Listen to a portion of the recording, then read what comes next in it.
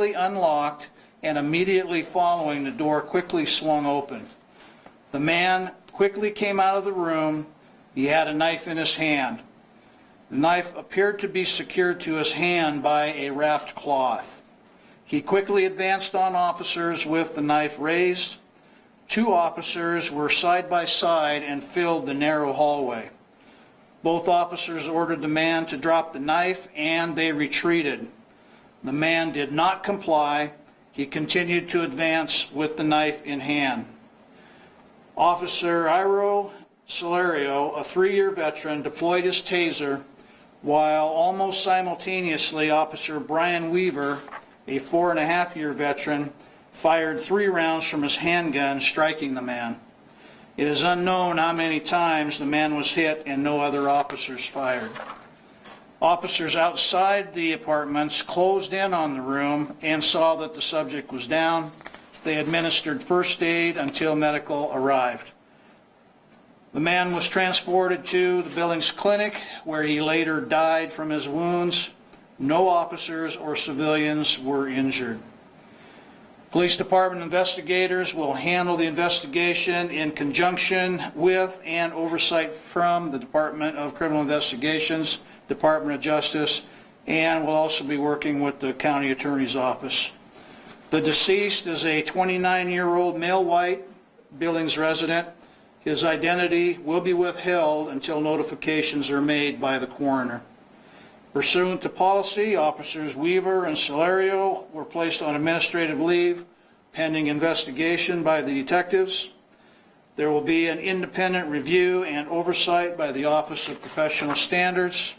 There will be a critical incident debriefing for involved officers, dispatchers, and medical personnel at a later date. And Officers Weaver and Solario will meet with a mental health professional before returning to duty. All of these actions are required by policy. And with that, I will answer any questions you may have.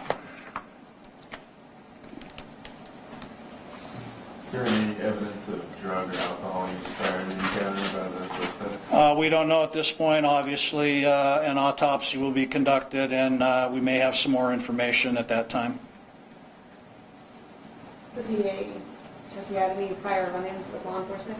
I don't know the history at this point. That some more information we'll give out at a later time. Is there anybody else in the room with him, or just him? Not that I know of. I believe he was the only person in the room. Yep, that's confirmed. Just for clarification's sake, could you spell the names of the officers? I can. First one first name is Jairo. Last name is spelled Solorio. He's a 3-year veteran, if I neglected to mention that. Second officer, Brian, common spelling, Weaver, Weaver, 4.5-year veteran.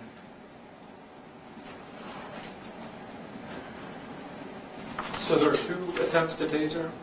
Did I hear that correctly? Correct. The first officer, who was in the alley, attempted the taser through the broken window. I'm not sure if it was a miss, didn't get a good hit, or it wasn't effective. But either way, we had a taser deployment from the alley. And then again, the taser deployment in the hallway at the time that the shots were fired, and that was simultaneous. With the shots being With the shots being fired. Before the caller called, was anybody else in danger in the apartment building?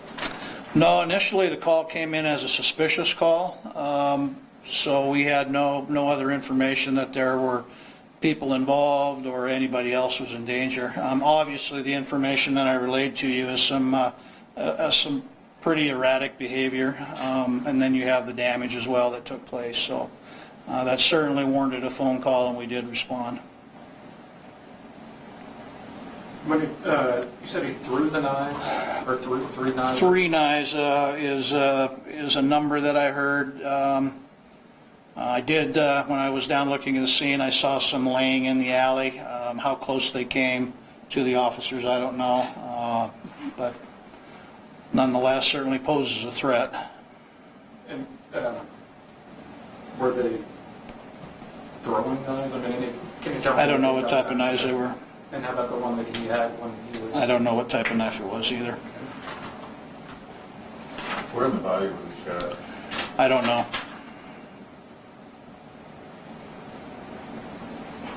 Does the deceased individual have a criminal record? I don't know that yet. I haven't received any history on it. That'll be something that we can pass along at a later time.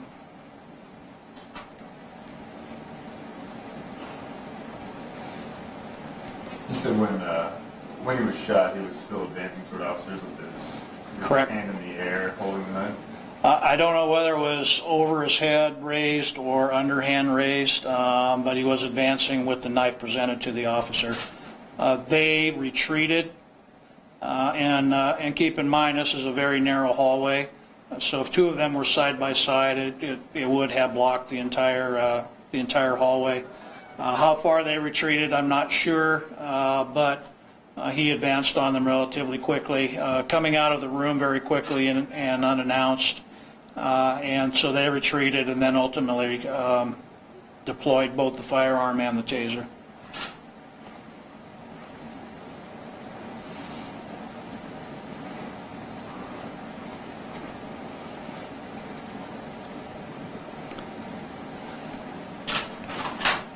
Any other questions?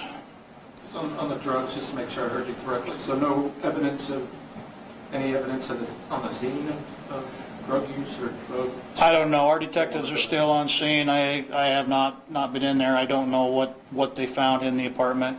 Obviously, it's too early to know if he had any drugs or alcohol in his system. We'll get that later. So again, we are very, very early in this investigation. And so some of that information, hopefully, we can present to you primarily when the coroner and the autopsy is done and the notifications are made, should be able to answer some of those questions for you. Aside from the person from HRDC that called, was there anybody, any other witnesses to this guy's behavior and the shooting itself? I'm not aware of that. Again, investigation will determine that. Obviously, we have videos from our patrol cars. We have audio. We'll certainly be looking at adjacent businesses to see if they have any video that captures anything. And again, we are very early in the process here, and so those are all things that we'll be looking at. The body cams or body mics? I believe one officer had a body camera on. I think that was an officer in the alley. So obviously we'll be looking at that, see what we can recover from that. Again, we had a number of officers there, all with their in-car camera stuff. So different vantage points, different audio. And obviously we're inside in a hallway, so we're not going to have a car video of that, but definitely have some audio, and that's what we'll be listening to and sorting through as the investigation continues.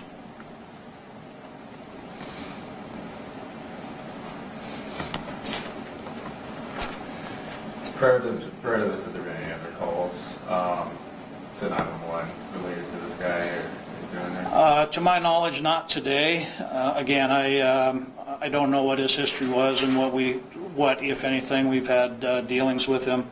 To my knowledge, this was the first incident today, the first phone call that got us there. So I'm correct on the timeline, so the victim / suspect was seen slashing his knife around. When the officers responded, they came from the alley, and he then threw the knives through the window at the officers or an officer. Correct. And then other officers decided to go in through the front. Correct. We basically had, staggered arrival by our officers. So the first ones there were to the alley where the window was broken out and the call generally initiated.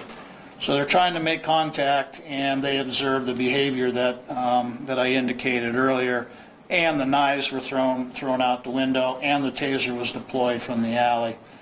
Follow-up officers that arrived took up positions to the front door of the apartment. So the front door is on the north 32nd side.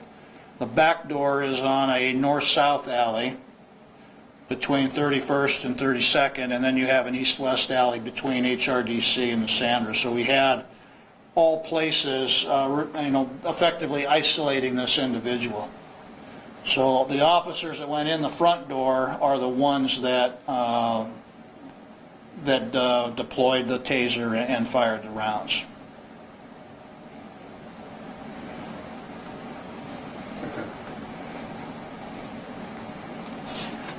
Just on the face of it, you want to weigh in on whether it sounds like they acted appropriately? Absolutely. All the information that I have and looking at it, I think this is they did an excellent job. I mean, we had less lethal available and in use on 2 separate occasions, and we have deadly force, which is providing cover for the less lethal, which is a textbook response to somebody who is presenting deadly force to you, and you're trying to mitigate that with less lethal. You're not going to do that unless you have the cover of lethal. And so, in that respect there, that was certainly within policy, within procedure in our training as I look at it at this point. Obviously, again, we're into it very early and a lot of work to do on it. But, essentially what I see is erratic behavior, why I don't know, and I have somebody charging our officers with a knife. I see them trying to retreat and trying to use less lethal, and unfortunately we had to use lethal in this situation. So at this point, that's how I'm looking at it, and I'm very, very sad that somebody got hurt. But then again, training, equipment, the stuff that we have, served our officers well in this case, and nobody got hurt.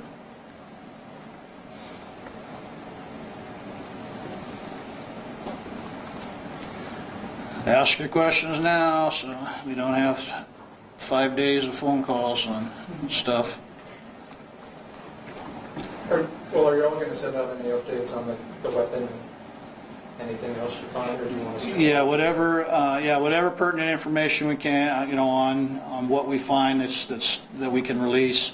Obviously, once the coroner does their notifications, we'll have identification. Anything pertinent, and really that's the biggest follow-up question that I could provide for you would be identifying our person here. So.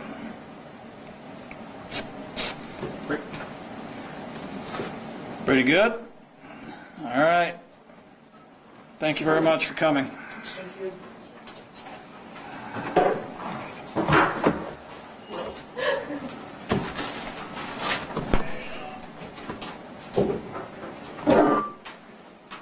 What's that look for? You're giving me the stink eye when I walked in. I don't know what I did there. I was not. You're not the one to decide.